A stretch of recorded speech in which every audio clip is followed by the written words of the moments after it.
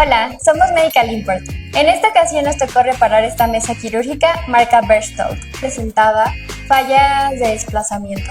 Mediante el análisis del software, detectamos que la falla estaba en el movimiento horizontal y en el movimiento ascendente. Realizamos las reparaciones correspondientes. A continuación, les mostraremos el correcto funcionamiento. Corrección en el movimiento horizontal.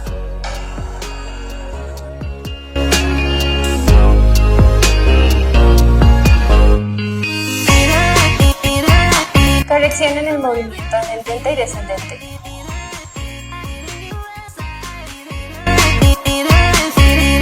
Side